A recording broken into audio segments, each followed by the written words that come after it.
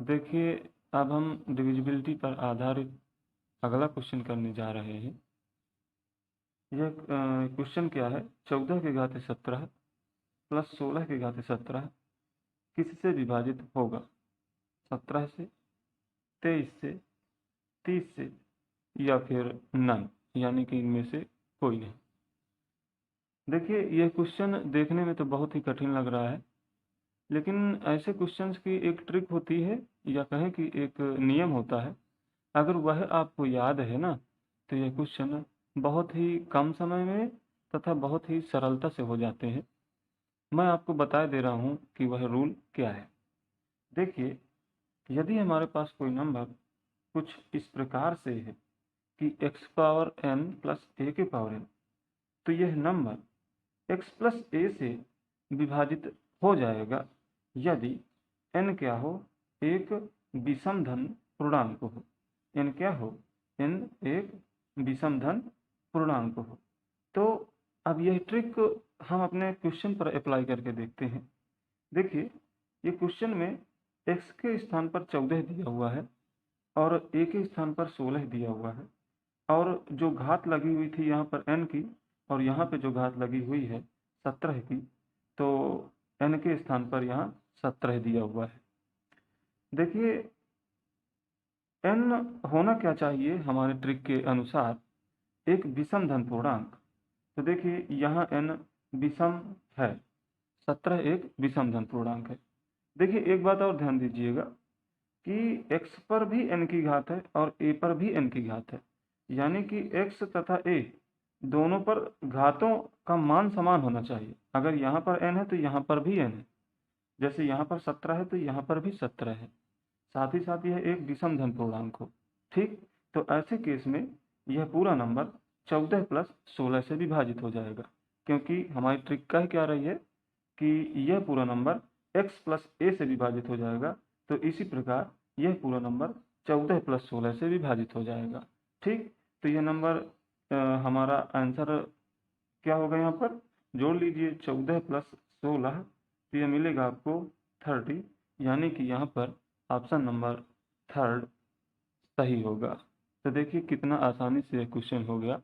अगला कोई भी क्वेश्चन आपका इस तरह का हो, तो आपको ध्यान क्या देना है कि दोनों पर घातों का मान समान हो, साथ ही साथ वह एक विषम धन पूर्णांक होना चाहिए। तो आप उसको सीधे ही जोड़ लें और आपको आंसर मिल जाएगा। अब हम इस ट्रिक का प्रूफ देखेंगे। देखिए, इसका प्रूफ बताने से पहले मैं ये बता दूं कि हो सकता है यह सबको समझ में ना आए, क्योंकि इसको समझने के लिए मैथमेटिकल बैकग्राउंड का होना ज़रूरी है। तो अगर यह किसी को समझ में नहीं आता, तो उसको टेंशन लेने की कोई ज़रूरत नहीं है, क्योंकि कम्पिटिटिव एग्ज़ाम्स में कभी भी प्रूफ नहीं पूछे जाते, सिर्फ क्वेश्चन पूछे जाते हैं। और क्वेश्चन तो सिर्फ ट्रिक को याद रखने से ही हो जाएगा। आप ट्रिक को याद रखें और उसे क्वेश्चन पर अप्लाई करें, तो आपका काम हो जाएगा। फिर भी मैं यहाँ प्रूफ बताऊँगा, तो देखते हैं। देखिए, हमारी ट्रिक क्या है। हमारी ट्रिक यह थी कि x के पावर n प्लस a के power n x plus a से विभाजित हो जाएगा, लेकिन n एक विषम धन पूर्णांक होना चाहिए, ऐसा हमारा ट्रिक था। ठीक, अब हम इसको प्रूव करेंगे। देखिए, x प्लस a इस व्यंजक को विभाजित कर पाएगा, इसका मतलब क्या है? इसका मतलब यही हुआ ना कि यदि इस व्यंजक के गुणनखंड किए जाएं, तो कहीं ना कहीं इसके गुणनखंडों में x प्लस ए भी प्राप्त होगा। अगर इसके गुणनखंडों में x प्लस ए प्राप्त होगा, तभी तो यह इस व्यंजक को विभाजित कर पा रहा है। देखिए, मैं अपनी बात एक छोटे से एग्जांपल से समझाता हूँ। जैसे मान लीजिए मेरे पास है 6, तो हम सब जानते हैं कि 2 6 को विभाजित कर देता है। इसका मतलब यह हुआ कि यदि 6 को फैक्टर किए जाएं, तो उसके फैक्टर में कहीं ना कहीं 2 जरूर होगा। तो देखिए, मैं 6 को कुछ इस तरह से लिख सकता हूँ फैक्टराइज करके। तो देखिए, यहाँ पर 2 उपलब्ध है। सेम इसी प्रकार यदि x प्लस ए इसको विभाजित कर रहा होगा, तो इसके फैक्टर किए जाने पर कहीं ना कहीं इसके फैक्टर्स में x प्लस ए भी मौजूद होगा।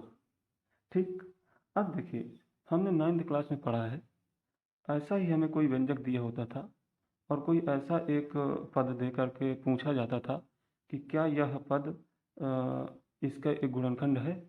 तो हम करते क्या थे, हम इस पूरे पद को 0 के बराबर रखते थे और यहाँ से x का जो मान मिलता था उसे अपने व्यंजक में रखते थे, और यदि व्यंजक का मान 0 प्राप्त हो जाए तो यह प्रूफ हो जाता था कि यह पद व्यंजक का गुणनखंड है।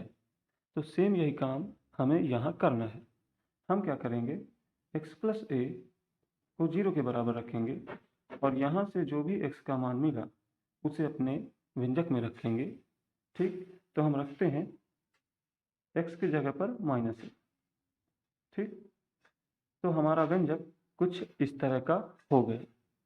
अब अगर यह मान 0 के बराबर हो जाए तो यह प्रूफ हो जाएगा कि x प्लस ए इसका एक गुणनखंड है, और यदि गुणनखंड होगा तो निश्चित है कि इसको विभाजित भी कर पाएगा। ठीक है, देखिए हम यहाँ देख क्या पा रहे हैं कि यहाँ a के पावर n है, यहाँ -a के पावर n है, तो निश्चित है कि इन दोनों पदों का मैग्नीट्यूड तो जरूर सेम होगा, सिर्फ चिन्ह पर फर्क आएगा। देखिए n के मान क्या हो सकते हैं, 1, 2, 3, 4 या कोई भी धन पूर्णांक आप इनका मान ले सकते हैं। ठीक, और देखिए हमें यहाँ 0 चाहिए, और 0 बनाने के लिए होना क्या चाहिए कि इन दोनों में से एक पद माइनस में आए और एक प्लस में आए, ताकि हम इसको काट सकें, और जब कट जाएगा तो 0 मिलेगा। ठीक, तो देखिए यदि a की वैल्यू कुछ पॉजिटिव वैल्यू हो तो ऐसे केस में आप n का कोई भी मान लिए, n का कोई भी मान, तो यह पद हमेशा ही एक पॉजिटिव वैल्यू देगा। ठीक, अब यह पद हमेशा ही एक पॉजिटिव वैल्यू देगा, तो निगेटिव कहाँ से मिलेगा, यहाँ से। ठीक है, हमें निगेटिव चाहिए ताकि यह दोनों कट जाएं। तो निगेटिव कब मिलेगा, देखिए मैं एक एग्जांपल लेके समझाता हूँ। मान लीजिए मेरे पास है -2, तो मैं इस पे 1 की घात लगा रहा हूँ, तो 1 की घात लगाने पर यहाँ पे मिलेगा -2, तो -2 एक निगेटिव पूर्णांक है। इसी तरह -2 पर यदि मैं 2 की घात लगाऊँ तो यहाँ पर इसका मतलब यह हुआ कि -2 का आपस में 2 बार मल्टीप्लिकेशन, तो यहाँ से मिलेगा +4, जो कि एक पॉजिटिव वैल्यू होगी।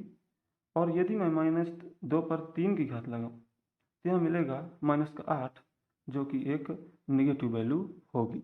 ठीक, तो मैं यदि विषम के घात लगा रहा हूँ तो यहाँ हमें निगेटिव वैल्यू मिलेगी, और यदि सम का घात लगाऊंगा तो पॉजिटिव वैल्यू मिलेगी।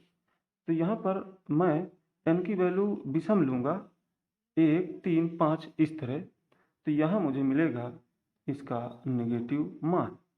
और मैग्नीट्यूड तो दोनों का ही सेम रहेगा, a के पावर n इसका भी और a के पावर n इसका भी, और निगेटिव और पॉजिटिव इस बात पर निर्भर करेगा कि n का मान क्या है।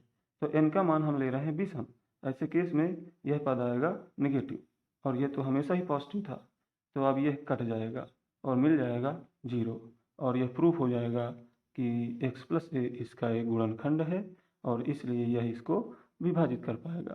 तो देखिए ऐसा कब हुआ, जब n क्या लिया हमने, जब n को हमने एक विषम धन पूर्णांक लिया। तो यह ट्रिक काम तभी करेगी जब n क्या हो, एक विषम धन पूर्णांक हो। तो यही था हमारी ट्रिक का प्रूफ। तो आप लोगों को यह समझ में आ गया होगा। थैंक्स।